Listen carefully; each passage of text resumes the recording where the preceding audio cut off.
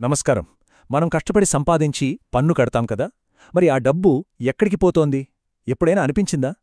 ఆ డబ్బు ఏ మతపరమైన పనుల కోసం కాకుండా మనందరి అభివృద్ధి కోసమే ఖర్చు చేయాలని చెప్పే రాజ్యాంగ కవచమే ఆర్టికల్ 27A. ఈరోజు ఈ శక్తివంతమైన హక్కు గురించి వివరంగా తెలుసుకుందాం.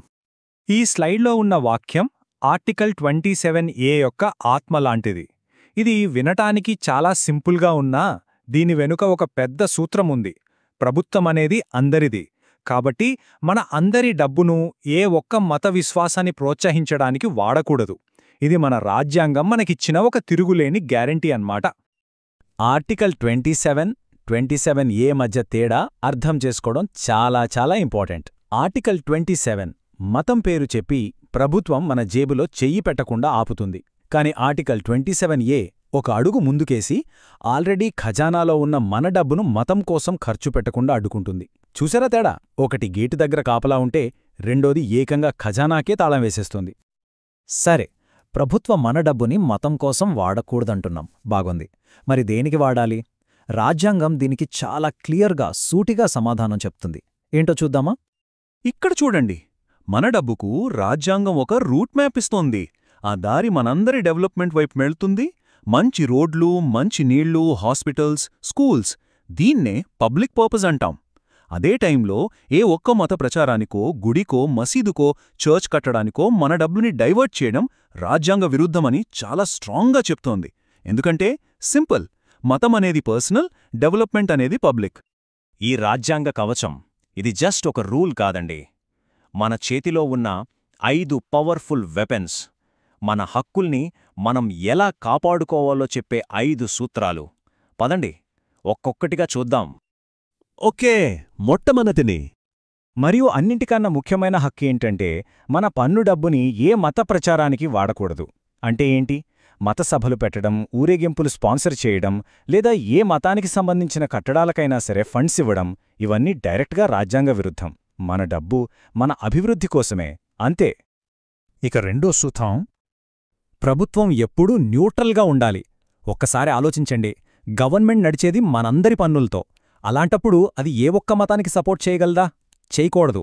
మతాన్ని, పరిపాలన్ని వేరుగా ఉంచడం మన దేశానికి, సమాజ శాంతికి చాలా అవసరం. అందుకే ఈ పాయింట్ ఇంత ఇంపార్టెంట్. మూడవది, ఇది మన డైలీ లైఫ్కి చాలా దగ్గరగా ఉండే విషయం.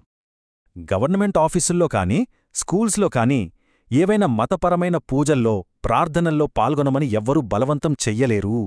అది వాళ్ల వ్యక్తిగత ఇష్టానికి వ్యతిరేకమైతే అది ఆర్టికల్ 27Aని ఉల్లంఘించడమే అవుతుంది. Simple logic. ప్రభుత్వ ప్రదేశాలు అందరివి. అక్కడ ఏ ఒక్కరి నమ్మకాన్ని ఇంకొకరి మీద రుద్దుకూడదు. 4వ హక్కు, ఇది మనందరికీ ఒక ముఖ్యమైన విషయం మళ్ళీ గుర్తుచేస్తుంది. ఇది ఒక డీల్ లాంటిది అనమాట. మనం మన డబ్బుని ప్రభుత్వానికి ఇస్తున్నాం, దానికి బదులుగా ప్రభుత్వం మనందరికీ ఉపయోగపడే సేవలు అంటే రోడ్లు, హాస్పిటల్స్, సెక్యూరిటీ ఇస్తుంది. ఈ డీల్లో వ్యక్తిగత నమ్మకాలకు, విశ్వాసాలకు ప్లేస్ లేదు. ఓన్లీ పబ్లిక్ ఇంట్రెస్ట్కే ప్రియారిటీ. ఇక 5వది, చివరి హక్కు.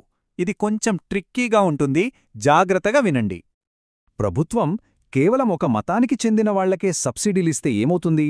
అంటే అందరి దగ్గర పన్నులు వసూలు చేసి ఆ డబ్బుని తీసుకెళ్లి ఒక వర్గానికి మతం పేరుతో పంచుతున్నట్లే కదా. ఇది పరోక్షంగా ఇతరుల మీద మతపరమైన పన్ను వేయడం లాంటిదే. అందుకే ఆర్టికల్ 27A దీన్ని కూడా బ్యాన్ చేస్తుంది. ప్రభుత్వ ప్రయోజనాలు అర్హతను బట్టి ఉండాలి కాని మతాన్ని బట్టి కాదు. ఓకే, ఇప్పటిదాకా రైట్స్ గురించి తెలుసుకున్నాం. ఇప్పుడు అసలు మ్యాటర్లోకొద్దాం. రియల్ లైఫ్లో ఈ ఉల్లంఘనల్ని ఎలా గుర్తుపట్టాలి? ఏది లీగల్, ఏది ఇల్లీగల్ క్లియర్గా చూద్దాం. ఇప్పుడు మనం చూడబోయేవి ఇవి 100% ఇల్లీగల్ యాక్టివిటీస్. ప్రభుత్వం గనక మన డబ్బుని ఇలా వాడితే అది డైరెక్ట్గా రాజ్యాంగాన్ని ఉల్లంఘించడమే కాదు, శిక్ష పడే నేరం కూడా. ఈ ఎగ్జాంపుల్స్ చూడండి. పండగ పేరు చెప్పి బలవంతంగా డొనేషన్లు అడుగుతున్నారా? అది ఇల్లీగల్. ఒక పర్టికులర్ మతసభకు గవర్నమెంటే ఫండింగ్ ఇస్తోందా? అది ఇల్లీగల్. గుడికో, మసీడికో, చర్చి కట్టడానికో స్పెషల్గా సెస్ వేస్తున్నారా? కంప్లీట్గా ఇల్లీగల్. ఇంకో విషయం, ఒక మతపరమైన ర్యాలీకి పోలీస్ ప్రొటెక్షన్ ఇవ్వడం వేరు. ఆ ప్రొటెక్షన్కయ్యే స్పెషల్ ఖర్చును మన పన్ను డబ్బులతో భరించడం వేరు. ఆ రెండోది ఆర్టికల్ 27A ఉల్లంఘన కిందకే వస్తుంది. మరి గవర్నమెంట్ చట్టబద్ధంగా ఏం చెయ్యొచ్చు? ప్రభుత్వం చేసే ప్రతి పని మతాన్ని ప్రమోట్ చేసినట్టు కాదు. కొన్ని పనులు ప్రజలందరి సేవ కోసం చాలా అవసరం.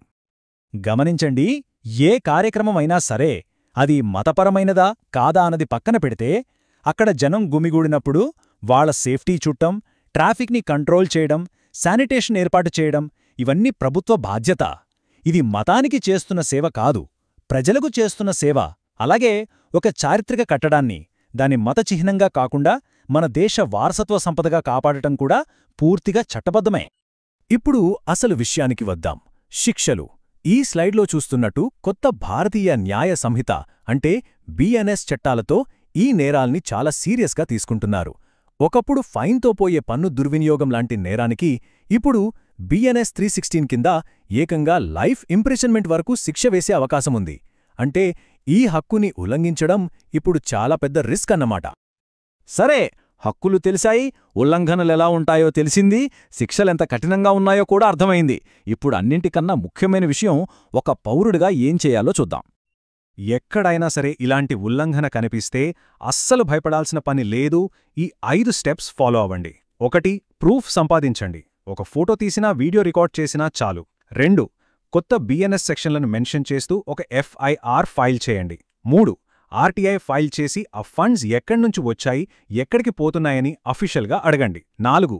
ఈ ఆధారాలన్నిటితో నేరుగా హైకోర్టులో ఒక రిట్ పిటిషన్ వేయండి. గుర్తుంచుకోండి, ఫండమెంటల్ రైట్స్ ఉల్లంఘన విషయంలో హైకోర్టు చాలా ఫాస్ట్గా రెస్పాండ్ అవుతుంది. వెంటనే స్టే ఇచ్చే ఛాన్స్ కూడా ఉంటుంది. చివరిగా ఈ ఒక్క వాక్యాన్ని గుర్తుంచుకోండి. ప్రభుత్వం గుడిలో పూజారి కాదు, కేవలం పన్నులు వసూలు చేసి ప్రజాసేవ చేసే ఒక సిస్టమ్. ఈ ఒక్క వాక్యం ఆర్టికల్ 27A యొక్క మొత్తం సారాంశాన్ని, దాని స్పిరిట్ని మనకు పర్ఫెక్ట్గా చెప్తుంది.